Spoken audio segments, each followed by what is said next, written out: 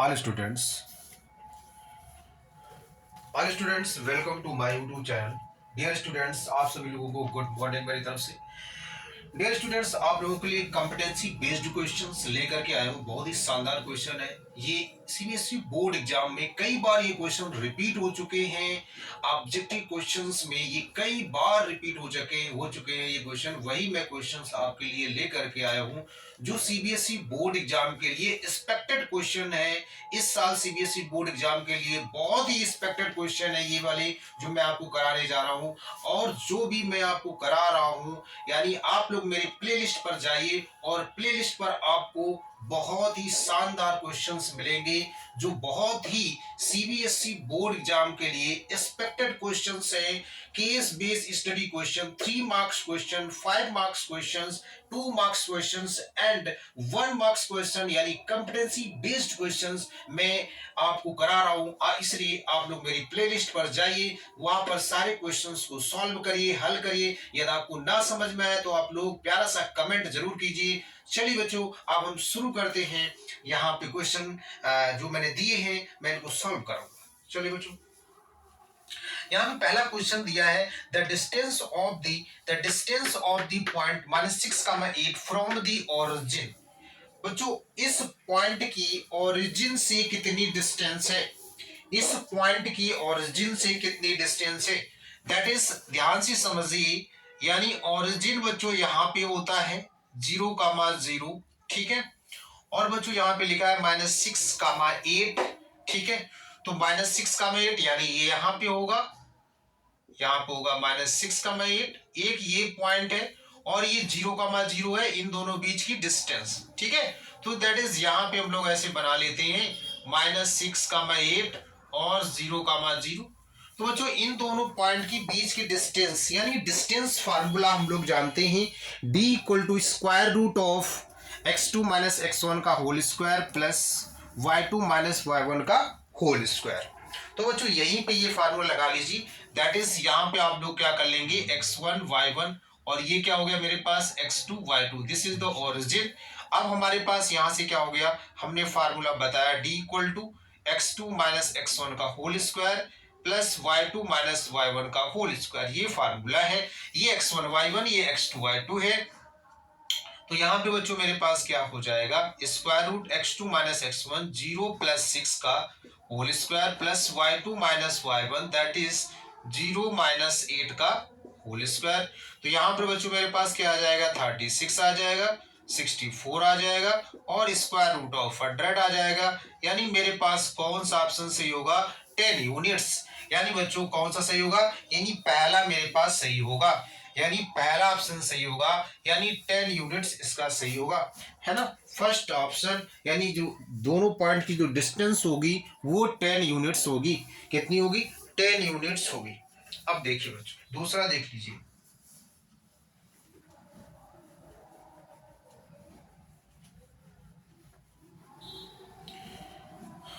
बच्चों दूसरा क्वेश्चन तो दिया गया है, वो लिखा the roots of the quadratic equation x² + x - 1 are. यानी इसमें दिया है पहला इरेशनल एंड डिस्टिंक्ट, नंबर दूसरा दिया है नॉट रियल, और सी नंबर जो दिया है, सी नंबर में क्या लिखा है, या रियल एंड इक्वल, और डी नंबर में क्या लिखा है, रेशनल एंड डिस्टिंक्ट। तो बच्चों यहाँ पे जो क्वेश्चन नंबर दूसरा है इसको ध्यान से पढ़िए। इस क्वेश्चन को बहुत सारे स्टूडेंट गलत ही कर देते हैं और इस क्वेश्चन को समझ भी नहीं पाते हैं कि कैसे इसको सॉल्व करना है। वो डी निकाल करके सीधा रियल एंड इक्वल में लगा देते हैं कुछ स्टूडेंट, और कुछ स्टूडेंट रेशनल में लगा देते हैं। तो पहला ऑप्शन दिया गया है इरेशनल एंड डिस्टिंक्ट, दूसरा दिया है नॉट रियल, और सी नंबर दिया real and equal, D number दिया है रेशनल एंड डिस्टिंक्ट। क्योंकि वहां पे चमक रहा है डी नंबर में, तो डी नंबर में लिखा है रेशनल एंड डिस्टिंक्ट, ठीक है बच्चों। तो अब यहां पे हम लोग डिस्क्रिमिनेंट फॉर्मूला यूज करेंगे, दैट इज यहां पे कंपेयरिंग, यानी कि यहां पे इस इक्वेशन को, यानी जो मेरे पास ये लिखा है x² + x - 1, है ना, ये हमारे पास क्वाड्रेटिक इक्वेशन है, इक्वल टू 0, है ना। तो बच्चों यहाँ पे 0 मैंने नहीं लिखा, लिख लेना चाहिए r, क्लियर। तो बच्चों यहाँ पे इसका भी नेचर ऑफ रूट्स पता करना है, दैट इज यहाँ पे यहाँ पे हम इसको ऐसे लिख सकते हैं 1 into x square 1 into x और -1 equal to 0, that is a equals to 1 यानी b equals to 1 and c equal to -1। ठीक है बच्चों, अब यहाँ पे हम लोग d निकालेंगे तो हमारे पास d क्या आएगा देखना। d इक्वल टू फार्मूला होता है discriminant d equal to b square minus 4ac। तो बच्चों यहाँ पे b कितना है यानी 1 का स्क्वायर हो गया -4 इंटू a की वैल्यू कितनी है 1 है और बच्चों c की वैल्यू -1 है, ये माइनस और ये प्लस हो गए। तो बच्चों d इक्वल टू क्या आ गया 1 प्लस 4 1 जा 4, दैट इज यहां से हमारे पास d इक्वल टू 5 आ गया, d इक्वल टू 5 आ गया, d इक्वल टू क्या आ गया 5 आ गया। अब यहाँ पे हम लोग हमेशा याद रखो यदि डिस्क्रिमिनेंट की वैल्यू ये जो 5 है, ठीक है ना, तो ये डिस्क्रिमिनेंट की वैल्यू आएगी d equal to b square minus 4ac। अब बच्चों यहाँ पे जो डिस्क्रिमिनेंट है, डिस्क्रिमिनेंट की वैल्यू हम लोग देखते हैं यहाँ पे डिस्क्रिमिनेंट की वैल्यू कैसी है। यदि हम लोग यहाँ पे इसके रूट्स फाइंड करेंगे तो अब ये सवाल उठता है कि हम लोग ये कैसे जानेंगे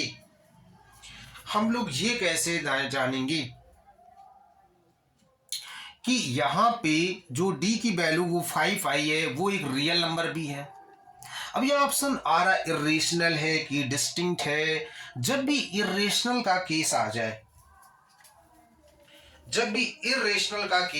तो याद रखो हम यहां पर ये चेक कर लेते हैं कि जब भी कभी भी क्वाड्रेटिक इक्वेशंस में ऑप्शन में इरेशनल नंबर आ जाए या रेशनल नंबर की बात होने लगे तो हमेशा याद रखो कि जो डिस्क्रिमिनेंट की वैल्यू है उसको आप चेक कर लें। क्या चेक कर लें कि ये परफेक्ट स्क्वायर है कि नॉन परफेक्ट स्क्वायर है, ये चेक कर लें। क्योंकि हम ये जानते हैं कि कोई भी किसी भी क्वाड्रेटिक इक्वेशन की रूट्स रियल होते हैं और रियल की फैमिली में रियल में रेशनल भी आता है और इरेशनल भी आता है। तो इसका और डीपली में आंसर देने के लिए हम पहले ये चेक करेंगे कि डिस्क्रिमिनेंट की वैल्यू परफेक्ट स्क्वायर है या नॉन परफेक्ट स्क्वायर है। यदि डिस्क्रिमिनेंट की वैल्यू नॉन परफेक्ट स्क्वायर है तो वहां पे रूट्स डिस्टिंक्ट होंगे और इरेशनल होंगे। यदि नॉन परफेक्ट स्क्वायर है डिस्क्रिमिनेंट की वैल्यू तो वहां पे जो रूट्स होंगे वो इरेशनल और डिस्टिंक्ट होंगे। अब सवाल ये उठता है सर रियल भी तो होते हैं। हाँ, रियल में रेशनल भी आता है इरेशनल भी आता है। यदि ऑप्शन में by the way rational irrational की बात करें तो हम लोग डिस्क्रिमिनेंट की जो वैल्यू है उसको हम ये चेक कर देते हैं कि परफेक्ट स्क्वायर है या नॉन परफेक्ट स्क्वायर है। देखो यदि हम 5 है, यहाँ पे 5 मेरे पास आया है डी की वैल्यू, यदि अगर मैं 5 का स्क्वायर रूट निकालूं तो क्या स्क्वायर रूट निकलेगा? नहीं निकलेगा। कंप्लीट स्क्वायर रूट निकालने का मतलब उसका हम स्क्वायर रूट निकालें यानी उसके ऊपर रूट लगा दें तो वो परफेक्ट स्क्वायर है या नहीं। परफेक्ट स्क्वायर होने का मतलब यानी उसका स्क्वायर रूट आ जाए। जैसे हम कहें यदि मेरे पास d की वैल्यू यदि यहाँ पे 4 आ जाए या d की वैल्यू 4 आ जाए और 4 का मैं स्क्वायर रूट निकालूं तो 2 निकलेगा और 5 का स्क्वायर रूट मेरे पास कंप्लीट निकलेगा नहीं। तो यानी जो 5 है यानी इसका मतलब 5 नॉन परफेक्ट स्क्वायर है। यानी ये कैसा है, यानी this is the non perfect square, non perfect square. तो इसके रूट्स कैसे होंगे? इरेशनल एंड डिस्टिंक्ट होंगे। इरेशनल एंड डिस्टिंक्ट होंगे बच्चों, इरेशनल एंड डिस्टिंक्ट होंगे। यानी ऑप्शन कौन सा सही होगा? ऑप्शन फर्स्ट सही होगा, irrational and distinct, irrational and distinct. ठीक है बच्चों, तो इरेशनल एंड डिस्टिंक्ट वाला मेरे पास ट्रू होगा। और कैसे होगा वो हमने पूरा एक्सप्लेन कर दिया आपके सामने। अब बच्चों नेक्स्ट देखिए,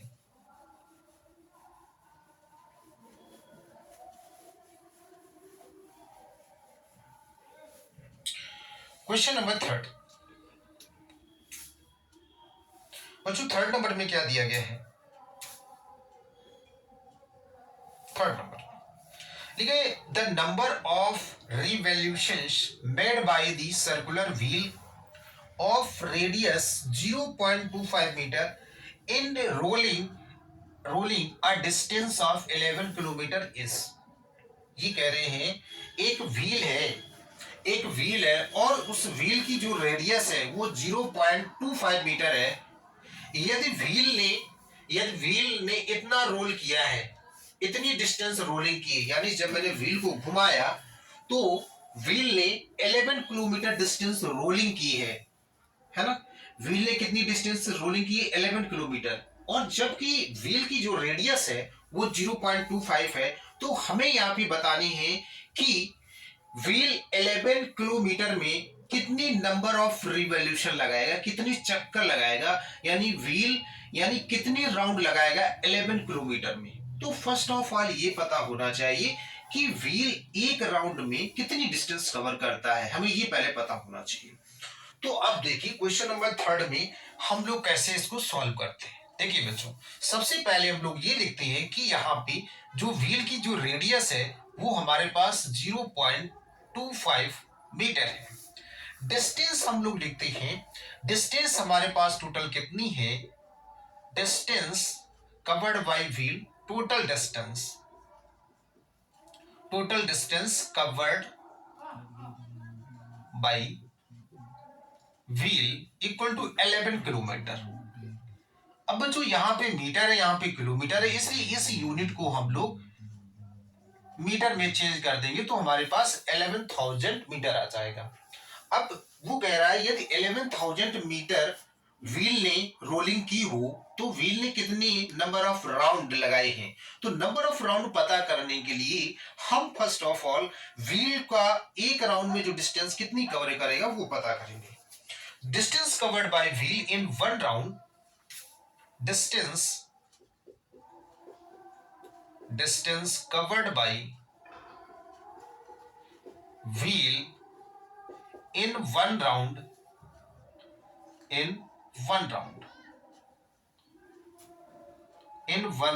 equal to 2 pi r। बच्चों 2 pi r क्यों? व्हील ऐसे चल रहा है, व्हील ऐसे चलते यानी व्हील जब चक्कर लगाता है तो वो सर्कल के एक सरकमफेरेंस के बराबर डिस्टेंस कवर करता है एक राउंड में। तो अब मैं क्या करता हूं, इसको हम डिस्टेंस निकाल लेते हैं। एक राउंड में कितनी आ गई? 2 × 22/7 इंटू 0.25, ये हमारे पास आ गया। अब स्टूडेंट्स क्या करते हैं, इसको सॉल्व करते हैं तो यहाँ पे हमारे पास कितना आ जाएगा? जब इसका मल्टीप्लाई कराएंगे तो हमारे पास आ जाएगा 2 इंटू इसका मल्टीप्लाई इसमें करेंगे, इतना आ गया मेरे पास। ठीक है, 25 2 0 50 और यहाँ पे 2.50 और यहाँ पे 7, इतनी मीटर मेरे पास डिस्टेंस आ गई एक राउंड में। अब यहाँ पे यानी वन राउंड में व्हील कितना कवर करता है? वन राउंड में मेरा व्हील कितना कवर करता है? यानी 2 × 5 × 50/7 मीटर। एक राउंड में व्हील इतनी डिस्टेंस कवर करता है 2 पाई r, और मैंने पाई की वैल्यू रख दी और r की वैल्यू रख दी। ठीक है बच्चों, मैंने 2 पाई r रखा है बच्चों, फिर मैंने उसका सिंप्लीफिकेशन किया है। ऊपर मैंने लिख दिया कि वन राउंड में जो व्हील है वो इतनी डिस्टेंस कवर करेगा, यानी 2 × 5.50/7 मीटर। अब यहाँ पे कुल डिस्टेंस मेरे पास 11,000 मीटर है, तो मैं यहाँ पे क्या करूँगा, नंबर ऑफ रिवॉल्यूशन है ना, तो मैं नंबर ऑफ रिवॉल्यूशन पता करना चाहता हूं। तो नंबर ऑफ रिवॉल्यूशन कितने मेरे पास आएंगे, यानी नंबर ऑफ रिवॉल्यूशन मेरे पास कितने आएंगे? जो नंबर ऑफ रिवॉल्यूशन होंगे वो कितने आएंगे? Number of revolution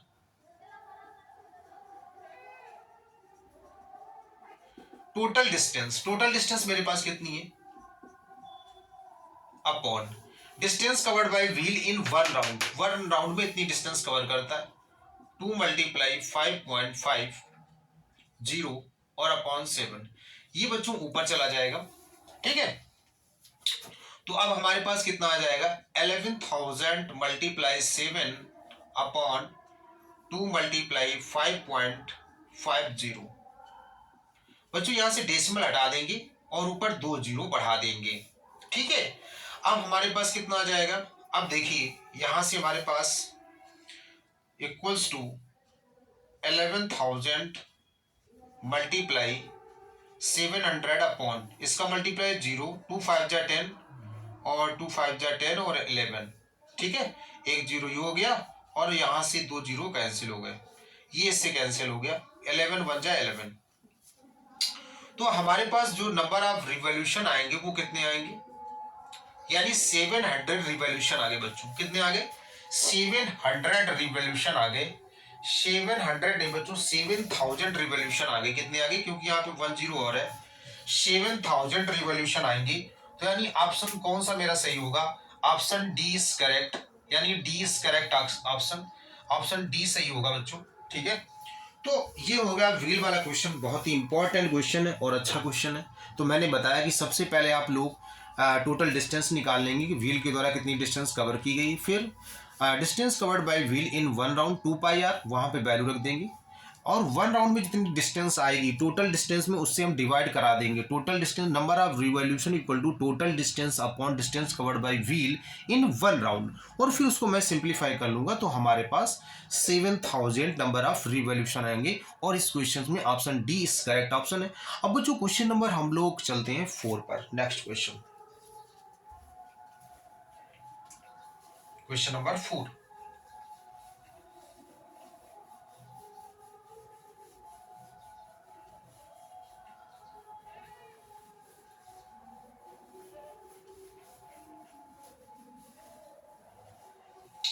question number 4 में आ जाइए बच्चों। 4 नंबर में लिखा है the length of the minute hand of a clock is 28 centimetre. The area swept by the minute hand during the time period 6 यानी 6:05 AM एंड 6:20 AM इज, ये कह रहे हैं कि जो length of minute hand clock, तो यहां पे हम पहले लिखेंगे length of minute hand clock. बच्चों question number 4, question number 4, length of minute hand clock, length of minute hand clock, length of minute hand clock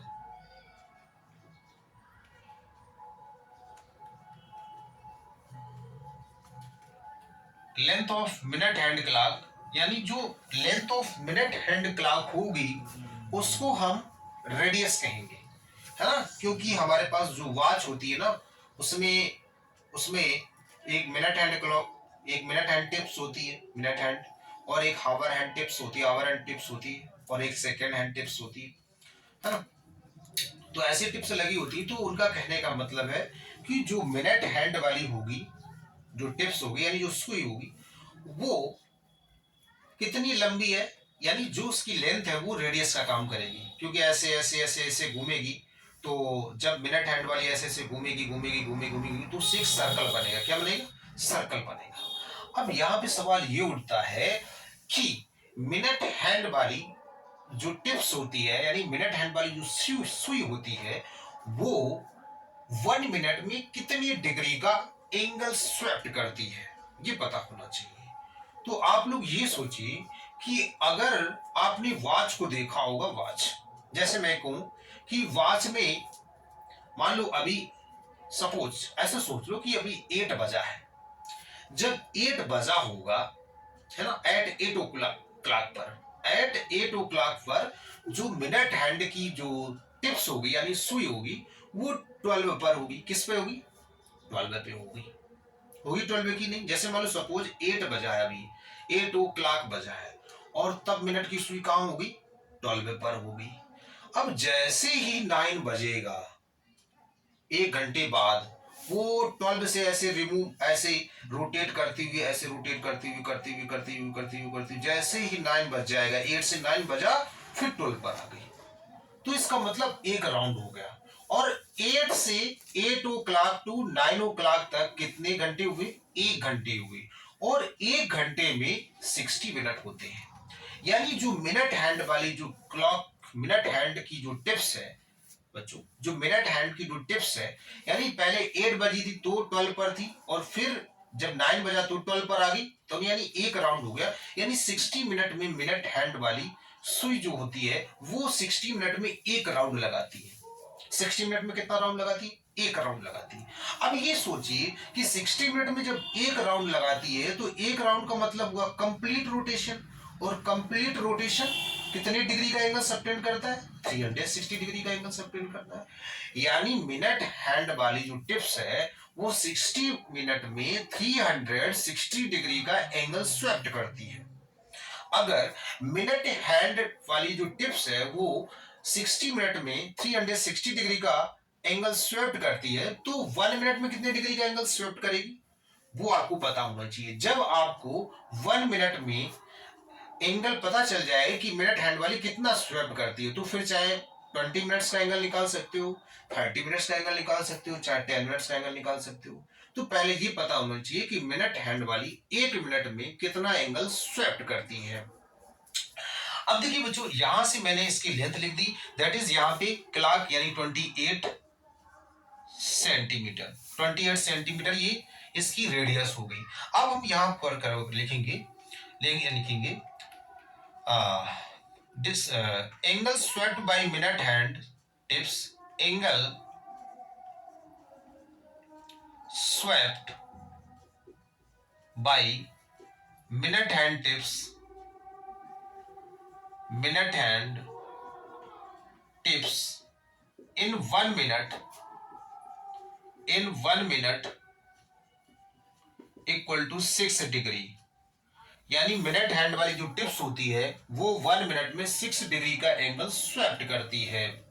तो अब यहां पे ये पूछा गया है कि अगर आपके पास यानी 5 ओ क्लॉक 2 और 6:20 ओ क्लॉक, अब यहां पर यहां तक कितने मिनट हो गए? 15 मिनट हो गए। यानी 15 मिनट में जो 15 मिनट होंगे हमारे पास, 15 मिनट में मिनट हैंड वाली जो सुई होगी वो कितने डिग्री का एंगल स्वेप्ट करेगी। आप ही दिमाग लगाइए, अगर मिनट हैंड वाली जो सुई है वो 1 मिनट में 60 डिग्री का एंगल स्वेप्ट करती है तो 50 मिनट में कितने डिग्री का स्वेप्ट करेगी? यानी 50 इंटू 6 90 डिग्री का।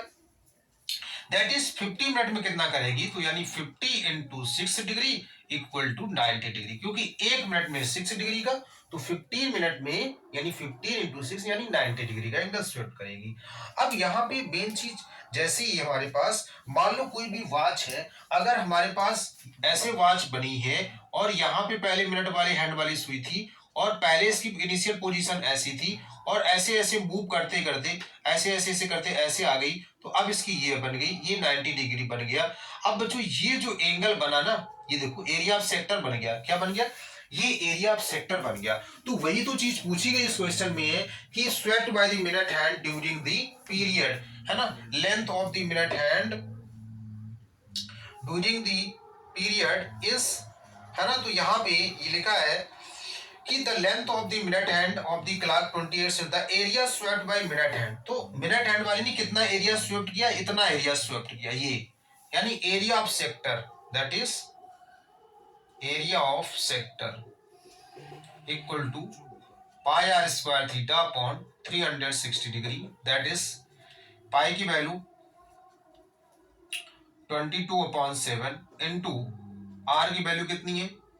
आर की वैल्यू 28 है, इंटू 28 है, मल्टीप्लाई थीटा मेरे पास 90 डिग्री है अपॉन 360 डिग्री। तो बच्चों यहां से कट गया 4 टाइम आ गया, यहां से काट दिया 7 टाइम आ गया, ये से कट गया बच्चों। अब हमारे पास कितना आ जाएगा? यानी मेरे पास आ गया 22 इंटू 28 दैट इज 6 आ गया, है ना।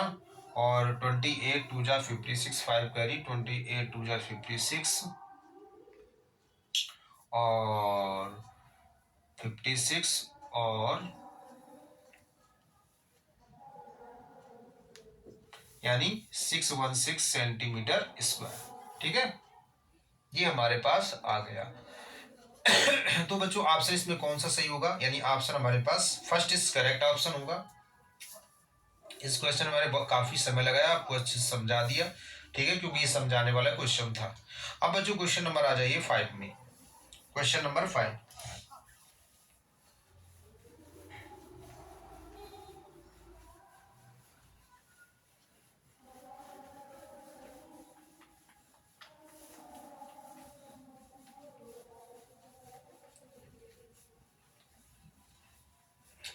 बच्चों क्वेश्चन नंबर 5 में ही 5 में क्या लिखा है? If the perimeter and the area of circle are numerically equal, यानी सर्कल का पेरीमीटर और सर्कल का एरिया आपस में इक्वल है न्यूमेरिकल के फॉर्म में, तो रेडियस कितनी होगी। चलो भाई बात करते हैं। तो यहाँ पे लिख लेते हैं पेरीमीटर ऑफ सर्कल,